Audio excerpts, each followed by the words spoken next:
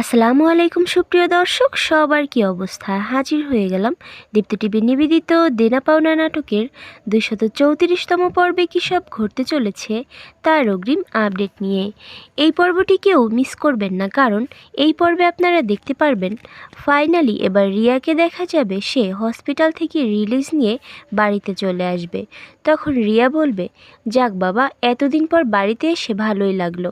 তবে ইরফান, তোমাকে একটা কথা বলি, ওই পারমিতা যেন তোমার আর আমার মধ্যে আর কখনো না আসে। এখন ইরফান পারির হয়ে কথা বললে রিয়াকে দেখা যাবে সে অনেক বেশি রেগে যাবে এবং বলবে, ইরফান, তুমি আবারও ওই মেয়েটার পক্ষ নিয়ে কথা বলছো? তার মানে কি এটাই সত্যি যে ওই মেয়েটার সাথে তোমার কোনো রিলেশন আছে?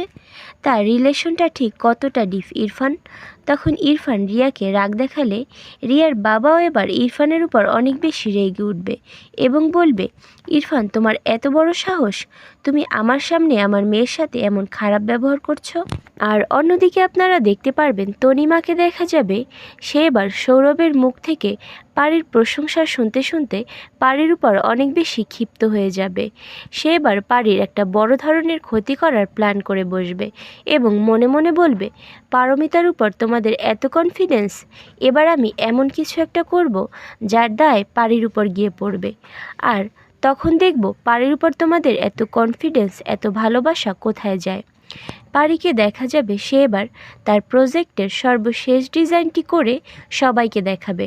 সবার যখন ডিজাইনটি অনেক বেশি পছন্দ হয়ে যাবে, ঠিক তখনই তনিমা সেই ডিজাইনটি নিয়েই তার একটা ক্ষতি করার কথা ভেবে বসবে।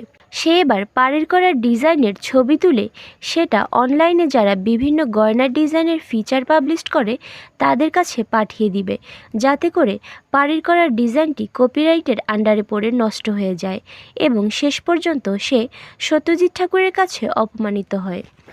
আর এছাড়াও থাকছে আশ্চর্য সকল ঘটনা। সুতরাং সবাইকে দেনা পাওনা নাটকের আগামী পর্ব দেখার আমন্ত্রণ রইল। ধন্যবাদ।